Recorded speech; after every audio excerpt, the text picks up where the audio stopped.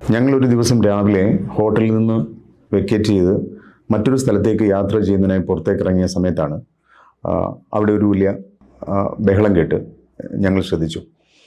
അപ്പോൾ ഈ ഒരു ഞങ്ങൾ താമസിക്കുന്ന ഹോട്ടലിൻ്റെ തൊട്ട് മുമ്പിലുള്ള ഒരു പാർക്കാണ്. ആ പാർക്കിൽ ഒരു 2 സ്ത്രീകളും 2 പുരുഷന്മാരും അവിടെ കണ്ടുമുട്ടുകയും അവരവരുടേതായ രീതിയിലുള്ള സൗഹൃദവും പ്രണയവും ഒക്കെ പങ്കുവെച്ചുകൊണ്ടിരിക്കുന്ന സമയത്ത് പെട്ടെന്ന് അവിടേക്ക് ഒരു പോലീസ് ജീപ്പ് വന്നു നിന്നു. പോലീസ് ജീപ്പ് വളരെ പ്രധാനപ്പെട്ട ഒരു കേസ് അന്വേഷിക്കാൻ വരുന്ന മട്ടിൽ റോഡിൽ കൊണ്ടുവന്ന് പെട്ടെന്ന് നിർത്തി. ഈ പാർക്കിലേക്ക് 3-4 പോലീസുകാർ ഓടിക്കയറി. ഞങ്ങളും അവിടെ നിന്ന ആൾക്കാരൊക്കെ തന്നെ ആ പോലീസുകാരുടെ വരവും അവരുടെ ആ പാർക്കിലേക്കുള്ള ഓട്ടവും ഒക്കെ ഞങ്ങൾ ശ്രദ്ധിക്കുന്നുണ്ടായിരുന്നു. പെട്ടെന്ന് ഈ പോലീസുകാർ ചെന്നിട്ട് ഈ 2 പുരുഷന്മാരെയും സ്ത്രീകളെയും പിടിക്കുന്നതിന് വേണ്ടിയിട്ടുള്ള ശ്രമം നടത്തി. പക്ഷേ പുരുഷന്മാർ പെട്ടെന്ന് അവിടുന്ന് ഈ പോലീസിനെ വെട്ടിച്ച് അവിടുന്ന് മതിൽ ചാടിക്കടന്ന് അവർ ഓടി രക്ഷപ്പെട്ടു.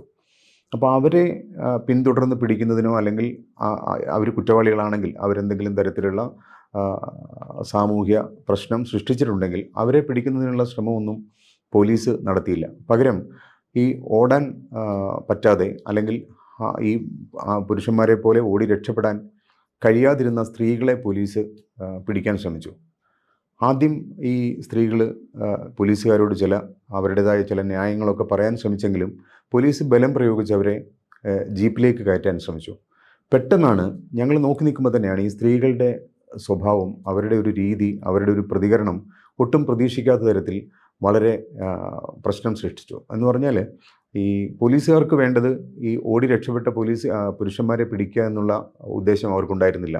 പകരം ഈ സ്ത്രീകളെ അറസ്റ്റ് ചെയ്ത് ജീപ്പിൽ കയറ്റി കൊണ്ടുപോകാൻ വേണ്ടി ശ്രമിച്ചപ്പോൾ പെട്ടെന്ന് സ്ത്രീകളത് അനുവദിച്ചില്ല. അവർ ഈ പിടിക്കാൻ ശ്രമിച്ച പോലീസുകാരെ അതേ ആവേശത്തിൽ തന്നെ തിരിച്ച് ആക്രമിക്കുകയും ചീത്ത പറയുകയൊക്കെ ചെയ്തുകൊണ്ട് അവർ പോലീസുകാരുടെ കയ്യിൽ നിന്ന് കുതറി രക്ഷപ്പെടാൻ ശ്രമിച്ചു. പോലീസുകാർ ആദ്യമൊക്കെ ഈ സ്ത്രീകളെ ബലം പ്രയോഗിച്ച് അവർ ജീപ്പിൽ കയറ്റാൻ ശ്രമിച്ചെങ്കിലും ഒരു ഘട്ടത്തിൽ അവർക്ക് മനസ്സിലായി ഒരിക്കലും ഈ സ്ത്രീകളെ മാത്രമായിട്ട് അവിടുന്ന് അറസ്റ്റ് ചെയ്ത് കൊണ്ടുപോകാൻ കഴിയില്ല എന്ന്. പക്ഷേ അവിടെ കൂടിയ ആൾക്കാരൊന്നും അവിടെ കണ്ടു നിന്ന ആൾക്കാരൊന്നും അതിനോട് എന്തെങ്കിലും തരത്തിൽ പ്രതികരിക്കുകയോ അല്ലെങ്കിൽ പോലീസുകാരുമായിട്ട് തർക്കമൊന്നും ഉണ്ടായില്ല. പകരം സ്ത്രീകൾ തന്നെ അവരുടേതായ ന്യായം, നിങ്ങൾ ഞങ്ങളെ പിടിക്കുകയാണെങ്കിൽ തീർച്ചയായിട്ടും ഞങ്ങളോടൊപ്പം ഉണ്ടായിരുന്ന പുരുഷന്മാരെയും നിങ്ങൾ അന്വേഷിക്കണം, അല്ലെങ്കിൽ നിങ്ങൾ അവരെയും ചോദ്യം ചെയ്യണമായിരുന്നു, അല്ലെങ്കിൽ ഞങ്ങൾ എന്തെങ്കിലും തെറ്റ് ചെയ്തിട്ടുണ്ടെങ്കിൽ അത് ഞങ്ങൾ മാത്രമല്ല അതിൽ പങ്കാളികൾ, പുരുഷന്മാരും അതിൽ പങ്കാളികളാണ്. അവരെ പിടിക്കാതെ ഞങ്ങളെ മാത്രമായിട്ട് അറസ്റ്റ് ചെയ്ത് കൊണ്ടുപോകാൻ കഴിയില്ല എന്ന് പറഞ്ഞ് അവർ പോലീസുകാരുമായിട്ട് തർക്കിക്കുകയും ഒടുവിൽ പോലീസുകാർക്ക് അവരെ അവിടെ വിട്ടിട്ട് പോകേണ്ടി വന്നു. കാരണം അപ്പോൾ ഞങ്ങൾ അവിടെ നിന്ന് ഈ ഹോട്ടലിലെ 1-2 ജീവനക്കാർ ഇറങ്ങി വന്നു. ആ നാട്ടുകാർ ചിലരുണ്ടായിരുന്നു. അപ്പോൾ അവരോടൊക്കെ സംസാരിച്ചപ്പോൾ അവരൊക്കെ പറഞ്ഞത് ഇത് സ്ഥിര സംഭവമാണ്. കാരണം എവിടെയെങ്കിലും സ്ത്രീകളും പുരുഷന്മാരും ഇതുപോലെ അസ്വാഭാവികമായ രീതിയിൽ നിൽക്കുന്നത് കണ്ടാൽ പോലീസുകാർ അവിടേക്ക് കടന്നു ചെല്ലുകയും സ്ത്രീകളെ പിടിച്ചു കൊണ്ടുപോകാൻ വേണ്ടി ശ്രമിക്കും. പുരുഷന്മാരെ മിക്കവാറും സന്ദർഭങ്ങളിൽ പുരുഷന്മാർ ഓടി രക്ഷപ്പെടുകയോ അല്ലെങ്കിൽ അവരെന്തെങ്കിലും തരത്തിലുള്ള ചില കൈമടക്കുകൾ കൊടുത്ത് അവിടുന്ന് രക്ഷപ്പെടുകയോ ചെയ്യും. സ്ത്രീകളെയാണ് പലപ്പോഴും പോലീസുകാർ ഇത്തരം സന്ദർഭങ്ങളിൽ അറസ്റ്റ് ചെയ്ത് കൊണ്ടുപോവുക. പക്ഷേ ഞങ്ങൾ ഈ കണ്ട സംഭവത്തിൽ ഒരിക്കലും സ്ത്രീകൾ അവരെ മാത്രമായിട്ട് പോലീസുകാർക്ക് അറസ്റ്റ് ചെയ്ത് കൊണ്ടുപോകാനുള്ള അവസരം നൽകിയില്ല. അവർ അതിനോട് എതിരിടുകയും അവരവിടുന്ന് പോലീസുകാരിൽ നിന്ന് രക്ഷപ്പെട്ട് പോവുകയും ചെയ്തു. പിന്നെ അവരെ പിന്തുടരാനൊന്നും പോലീസ് ശ്രമിച്ചില്ല. അപ്പോൾ ഇത്തരം പോലീസിൻ്റെ പോലീസിങ് പലപ്പോഴും ഈ ദക്ഷിണാഫ്രിക്കൻ യാത്രയ്ക്കിടയിൽ പലപ്പോഴും ഒരു സാമൂഹ്യ ഉത്തരവാദിത്വം നിറവേറ്റുന്ന തരത്തിലല്ല എന്ന് പല സന്ദർഭങ്ങളിൽ ഞങ്ങൾക്ക് കാണാൻ കഴിഞ്ഞു. അതിലൊന്നായിരുന്നു ഈ സംഭവം. ഞങ്ങൾ തൊട്ട് മുമ്പ് ക്ലബിൽ കണ്ട കാഴ്ചകൾക്ക് സമൃദ്ധിയുടെ നിറപ്പകിട്ടുണ്ടായിരുന്നു. യാത്രയുടെ പല ഘട്ടങ്ങളിൽ ദക്ഷിണാഫ്രിക്കൻ നഗരങ്ങളിലും ഗ്രാമങ്ങളിലും കണ്ട കാഴ്ചകൾ ആ നിറസമൃദ്ധിയും ഗന്ധവൈചിത്ര്യവും ഇല്ലാതാക്കും. മുന്നിലെത്തി അങ്കലാവണ്യം പ്രദർശിപ്പിക്കുന്നവർക്ക് ആണുങ്ങൾ എണ്ണിത്തിട്ടപ്പെടുത്താനാവാത്തത്ര റാൻഡ് വാരി നൽകും. ചില പെൺകുടിമാർ പിശുകന്മാരായവരുടെ കാതിൻ തുമ്പത്ത് ഉമ്മ നൽകും. അങ്ങനെ മീശക്കാരുടെ അവസാന റാൻഡും സ്വന്തമാക്കി മടങ്ങുന്ന സ്ത്രീകളുണ്ടെന്ന് പലപ്പോഴും പലരും ഞങ്ങളോട് പറഞ്ഞു. മറ്റൊരു ക്ലബിൽ നിന്ന് പുറത്തേക്കിറങ്ങുമ്പോൾ മുന്നിൽ നൈജീരിയക്കാർ, കേട്ട പല അനിഷ്ട സംഭവങ്ങളിലും പ്രതിനായകന്മാരായവർ. ഇടം വലം നോക്കാതെ അപായകരമായതെന്തോ ചെയ്യാൻ പോകുന്നത് പോലെയാണ് അവരുടെ വരവ്. സമയം രാത്രി 3 മണി. ഉറങ്ങാൻ ജീവിത ഖജനാവിൽ ഇനിയും സമയമുണ്ടല്ലോ. ഈ രാത്രി പുലരും വരെ കാണാത്ത കാഴ്ചകളിലേക്കും കേൾക്കാത്ത കേൾവികളിലേക്കും പോകാമെന്ന പക്ഷമായിരുന്നു സഹയാത്രികർക്ക്. അതിരാവിലെ തുടങ്ങേണ്ട യാത്രയെക്കുറിച്ച് പറഞ്ഞ് ഭൂരിപക്ഷ അഭിപ്രായത്തിനുമേൽ ന്യൂനപക്ഷം വിജയം നേടി. ഞങ്ങൾ ഹോട്ടൽ മുറിയിലേക്ക് നടന്നു. ഒരിക്കൽ ദക്ഷിണാഫ്രിക്കയിൽ ഇംഗ്ലീഷുകാർക്ക് സ്വയം ഭരണാവകാശം നൽകാൻ ബ്രിട്ടൻ തീരുമാനിച്ചു. 1910 പഴയ റിപ്പബ്ലിക്കിൽ നിന്ന് ബോട്സ്വാനാലാൻഡ്, സ്വാസിലാൻഡ്, റൊഡേഷ്യ എന്നിവ ഒഴിവാക്കി. മിച്ചമുള്ള ഭാഗം യൂണിയൻ ഓഫ് സൗത്ത് ആഫ്രിക്കയായി. ഇംഗ്ലീഷും ഡച്ചുമായിരുന്നു ഔദ്യോഗിക ഭാഷകൾ. സ്വദേശി ഭാഷയായ ആഫ്രിക്കൻസിന് 1925 വരെ അംഗീകാരം നൽകിയില്ല. ആദ്യ വോട്ടെടുപ്പ് നടന്ന 1910 കറുത്തവർക്ക് പൗരാവകാശം വിനിയോഗിക്കാനുള്ള അവസരം നിഷേധിച്ചു. ബൂർ ഗ്രൂപ്പുകാരുടെ സഖ്യമായ സൗത്ത് ആഫ്രിക്കൻ പാർട്ടി ഭൂരിപക്ഷം നേടി. ലൂയിസ് ബോഡ പ്രധാനമന്ത്രി പദത്തിലെത്തി. ബാരി ഹെഡ്സോഗിൻ്റെ നേതൃത്വത്തിൽ നാഷണൽ പാർട്ടി പ്രതിപക്ഷത്ത്. തുടർന്ന് നാട്ടുകാർക്കെതിരെ കരിനിയമങ്ങൾ നടപ്പിലാക്കുന്നതാണ് ലോകം കണ്ടത്. തൊഴിൽ സമരം നിരോധിച്ചു. ഉന്നത തൊഴിൽ സാധ്യതകൾ യോഗ്യതയുള്ളവരും ഇല്ലാത്തവരുമായ വെള്ളക്കാർ സ്വന്തമാക്കി. കറുപ്പിൻ്റെ സ്വാതന്ത്ര്യ പ്രയത്നങ്ങളെ തല്ലിത്തകർത്തു. പട്ടാളത്തിൽ കറുത്തവർക്ക് പ്രവേശനം നിഷേധിച്ചു. ലോകരാജ്യങ്ങളിൽ പലയിടത്തും സ്വാതന്ത്ര്യ സമരങ്ങൾ നടക്കുകയും വിജയിക്കുകയുമൊക്കെ ചെയ്തുകൊണ്ടിരിക്കുമ്പോൾ സ്വന്തം മണ്ണിൽ കറുത്ത വർഗം നിരന്തരം പാർശ്വവൽക്കരിക്കപ്പെട്ടുകൊണ്ടേയിരുന്നു. ആഫ്രിക്കൻ നാഷണൽ കോൺഗ്രസിൻ്റെ ഉദയവും പിന്നീടുള്ള അതിൻ്റെ വളർച്ചയും അതിൻ്റെ പ്രചരണവും ഒക്കെ തന്നെ ദക്ഷിണാഫ്രിക്കൻ രാഷ്ട്രീയത്തിൽ വളരെ ഗുണകരമായ ഫലങ്ങൾ സൃഷ്ടിച്ചു എന്നത് സത്യമാണ്. എങ്കിൽ പോലും പല രാജ്യങ്ങളിലും പല രാഷ്ട്രീയ കക്ഷികൾക്കും സംഭവിക്കുന്ന അതേ ദുരന്തം തന്നെ ആഫ്രിക്കൻ നാഷണൽ കോൺഗ്രസിലും സംഭവിച്ചു.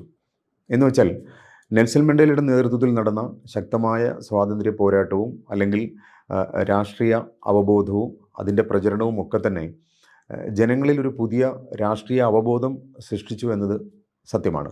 പക്ഷേ അതേസമയം തന്നെ ഈ നെൽസൺ മണ്ടേലയുടെ ഒപ്പം ഈ ആഫ്രിക്കൻ നാഷണൽ കോൺഗ്രസിൻ്റെ പല സ്ഥാനങ്ങൾ വഹിച്ചിരുന്നവരും പലതരത്തിലുള്ള അഴിമതികൾക്ക്, അത് വലിയ വലിയ രാഷ്ട്രീയ അഴിമതികൾക്കും സാമൂഹ്യമായി ജനങ്ങൾക്ക് സുരക്ഷിതത്വം തോന്നാത്ത തരത്തിലുള്ള പലതരത്തിലുള്ള വിട്ടുവീഴ്ചകൾക്കും അവർ ശ്രമിച്ചു.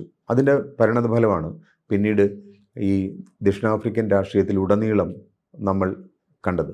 ഡോക്ടർ ആറോൺ എന്ന രാഷ്ട്രീയ സാമൂഹ്യ വിമർശകൻ പറഞ്ഞ ഒരു കാര്യം വളരെ ശ്രദ്ധേയമാണ്. എല്ലാ രാജ്യങ്ങളിലെയും പോലെ ദക്ഷിണാഫ്രിക്കൻ നാഷണൽ കോൺഗ്രസും അവരുടെ ഉദ്ദേശ ലക്ഷ്യങ്ങളിൽ നിന്ന് പതുക്കെ പതുക്കെ മാറുകയും അവർ ഈ രാഷ്ട്രീയ അധികാരം നിലനിർത്തുന്നതിന് വേണ്ടി അല്ലെങ്കിൽ രാജ്യത്തെ ഭരണ സംവിധാനം അതിൽ ഭൂരിപക്ഷം നേടുന്നതിന് വേണ്ടിയുള്ള ശ്രമത്തിനിടയിൽ പലതരത്തിലുള്ള സാമൂഹ്യ ഉത്തരവാദിത്വത്തിൽ നിന്ന് പിന്മാറുന്ന കാഴ്ചയാണ് ദക്ഷിണാഫ്രിക്കയിൽ കാണാൻ കഴിഞ്ഞത്. അത് ആറോൺ വളരെ വിശദമായി അദ്ദേഹം എഴുതിയിട്ടുണ്ട്. ഈ നെൽസൺ മണ്ടേലയുടെ രാഷ്ട്രീയ ജീവിതത്തിൻ്റെ അവസാന കാലമാകുമ്പോഴേക്കും, ഒരിക്കൽ ഞാൻ ഈ വീഡിയോയിൽ തന്നെ ഒരിക്കൽ പറഞ്ഞതാണ്, ഈ നെൽസൺ മണ്ടേലയുടെ രാഷ്ട്രീയ ജീവിതത്തിൻ്റെ അവസാന കാലമാകുമ്പോഴേക്കും പലതരത്തിലുള്ള അഴിമതികളും സ്വജനപക്ഷപാതത്തിനും അദ്ദേഹം നിശബ്ദനായി അത് അനുഭവിക്കേണ്ടി വന്നിട്ടുണ്ട്. അത് നമ്മൾ ശ്രദ്ധിച്ചറിയാം. ലോകത്ത് പല ഭാഗത്തും ഈ പറയുന്ന ഇതുപോലുള്ള നല്ല ലക്ഷ്യങ്ങളോടെ രൂപപ്പെടുന്ന അല്ലെങ്കിൽ ജനങ്ങൾ സംഘടിച്ച് അവർക്ക് നല്ല നേതൃത്വം ഉണ്ടായി ആ രീതിയിൽ ഓരോ രാജ്യത്തും ഉണ്ടാകുന്ന രാഷ്ട്രീയ സഖ്യങ്ങൾ അല്ലെങ്കിൽ രാഷ്ട്രീയ കക്ഷികൾ കാലാന്തരത്തിൽ വലിയ വലിയ അഴിമതികളിലും അല്ലെങ്കിൽ വലിയ വലിയ സ്വജന പക്ഷപാതത്തിനും വിധേയമാവുകയും കാലാന്തരത്തിൽ അവർ കൂടുതൽ ഈ ജീർണിക്കുകയും ചെയ്യുന്ന കാഴ്ച നമ്മൾ ലോകത്ത് പലയിടത്തും കണ്ടിട്ടുണ്ട്. ഇന്ത്യയിലും ഒക്കെ തന്നെ നമ്മൾ പലപ്പോഴും കണ്ടിട്ടുണ്ട്. ഏറ്റവും നല്ല ഉദ്ദേശത്തോടു കൂടി രൂപപ്പെടുന്ന രാഷ്ട്രീയ കക്ഷികൾ പോലും കാലാന്തരത്തിൽ പല യോഗ്യതയില്ലാത്ത നേതാക്കന്മാരുടെയും അവരുടെ സ്വാധീനത്തിൽപ്പെട്ടിട്ട് ജീർണിക്കുന്ന കാഴ്ച പലപ്പോഴും നമ്മൾ കണ്ടിട്ടുണ്ട്. ദക്ഷിണാഫ്രിക്കൻ രാഷ്ട്രീയത്തിൽ നെൽസൺ മണ്ടേലയുടെ രാഷ്ട്രീയ ജീവിതത്തിൻ്റെ അവസാന കാലത്ത് നമ്മൾ കണ്ടതും അറിഞ്ഞതുമായ കാര്യങ്ങൾ നമ്മൾ അന്വേഷിക്കുമ്പോൾ ഇത്തരത്തിലുള്ള ജീർണത പലതരത്തിൽ ദക്ഷിണാഫ്രിക്കൻ രാഷ്ട്രീയത്തെയും ബാധിച്ചു എന്നതാണ് സത്യം. 1963 നെൽസൺ മണ്ടേലയെ അറസ്റ്റ് ചെയ്ത് ജയിലിലടച്ചത്. ജയിലറയ്ക്കുള്ളിൽ നിന്നും മണ്ടേല സമരതീക്ഷ്ണമായ സന്ദേശങ്ങൾ ജനങ്ങൾക്ക് കൈമാറി. ബോധയുടെ ഭരണകാലം കറുത്ത വംശജരുടെ കഷ്ടനാളുകളായി മാറി. പിന്നീട് പടിഞ്ഞാറൻ രാജ്യങ്ങൾ പോലും ഈ അനീതിക്കെതിരെ പ്രതികരിച്ചത് ദക്ഷിണാഫ്രിക്കയിൽ സംഭവിച്ചുകൊണ്ടിരുന്ന മനുഷ്യത്വരാഹിത്യത്തെക്കുറിച്ച് തിരിച്ചറിവുണ്ടായതുകൊണ്ടാണ്. ഇന്ത്യയിൽ ഏറ്റവും കൂടുതൽ ചർച്ച ചെയ്ത ഒന്നാണ് ദക്ഷിണാഫ്രിക്കൻ രാഷ്ട്രീയം. പലതരത്തിൽ നമ്മൾ ഈ ജനങ്ങളോട് ഐക്യദാർഢ്യം പ്രഖ്യാപിച്ചവരാണ്. ദക്ഷിണാഫ്രിക്കയുടെ പല ഭാഗങ്ങളിലൂടെ യാത്ര ചെയ്യുമ്പോൾ ഞങ്ങൾക്ക് മനസ്സിലായത് ഈ തദ്ദേശീയരായ ആൾക്കാർ പലപ്പോഴും അവരുടെ നിലനിൽക്കുന്ന രാഷ്ട്രീയ സാമൂഹ്യ അന്തരീക്ഷത്തോട് ആ, വളരെ കർശനമായ പ്രതികരണം, വളരെ കണിശമായ പ്രതികരണം മനസ്സിൽ സൂക്ഷിക്കുന്നുണ്ടെങ്കിലും അവർ പലപ്പോഴും ഒരു ഒരു ഒരു വലിയ അജിറ്റേഷനിലേക്ക്, വലിയൊരു സമരത്തിലേക്ക് അത്തരം പ്രശ്നങ്ങളോട് പ്രതികരിക്കുന്നതിൻ്റെ ഭാഗമായിട്ട് പോകാറില്ല. അതിൻ്റെ കാരണം പലപ്പോഴും ചില പ്രശ്നങ്ങളുടെ പേരിൽ വലിയ കലാപങ്ങളും വലിയ പ്രതിഷേധങ്ങളും പുറപ്പെടാറുണ്ടെങ്കിലും ഈ ഗ്രാമീണ ജീവിതത്തിലൂടെ യാത്ര ചെയ്യുമ്പോൾ പലരോടും ഞങ്ങൾ സംസാരിച്ചപ്പോൾ അവർ ദക്ഷിണാഫ്രിക്കൻ ഭരണത്തിലും അല്ലെങ്കിൽ അധികാര ശൃംഖലകളിലും നടക്കുന്ന പലതരത്തിലുള്ള നീതി നിഷേധങ്ങളോടും അല്ലെങ്കിൽ അധികാര കേന്ദ്രങ്ങളിൽ നടക്കുന്ന അഴിമതിയോടും യാതൊരു തരത്തിലും അവർ പ്രതികരിക്കുന്നില്ല, അവരെ അതൊന്നും ബാധിക്കുന്നില്ല, അല്ലെങ്കിൽ അവർ പ്രതികരിച്ചിട്ട് യാതൊരു ഫലവുമില്ല എന്നുള്ള മട്ടിൽ ഒട്ടും പ്രതികരണ സന്നദ്ധരാകാതെ നടന്നു നീങ്ങുന്ന പലരെയും ഞങ്ങൾക്ക് കാണാൻ പറ്റി. പ്രധാനമായിട്ടും ഞങ്ങൾ ചില ഗ്രാമങ്ങളിൽ കൃഷി അതുപോലുള്ള ചെറിയ ചുറ്റുവട്ടത്ത് ജീവിക്കുന്ന നിരവധി പേരോട് സംസാരിച്ചപ്പോഴൊക്കെ തന്നെ അവരൊക്കെ തന്നെ ഈ പറയുന്ന മൊത്തം ദക്ഷിണാഫ്രിക്കൻ രാഷ്ട്രീയത്തിൽ നടക്കുന്ന പ്രശ്നങ്ങളോട് കേരളത്തിലെ പോലെയോ അല്ലെങ്കിൽ ഇന്ത്യയിലെ പോലെയോ ജനങ്ങൾ ഇന്ന് പ്രതികരിക്കുന്ന പോലെ ഒരു ഒരു ഒരു ഒരു കർശനമായ പ്രതികരണവും ഒന്നും നടത്താൻ താല്പര്യപ്പെടുന്നില്ല എന്നാണ് ഞങ്ങൾക്ക് മനസ്സിലായത്. അതൊരു പക്ഷേ ഈ അധികാരത്തിലിരിക്കുന്നവരുടെ അല്ലെങ്കിൽ ഈ ദക്ഷിണാഫ്രിക്കൻ ഭരണത്തിലിരിക്കുന്നവരുടെ തെറ്റുകൾ തിരുത്താൻ അവർ ശ്രമിക്കാത്തതിൻ്റെ കാരണവും അതുതന്നെയാവും.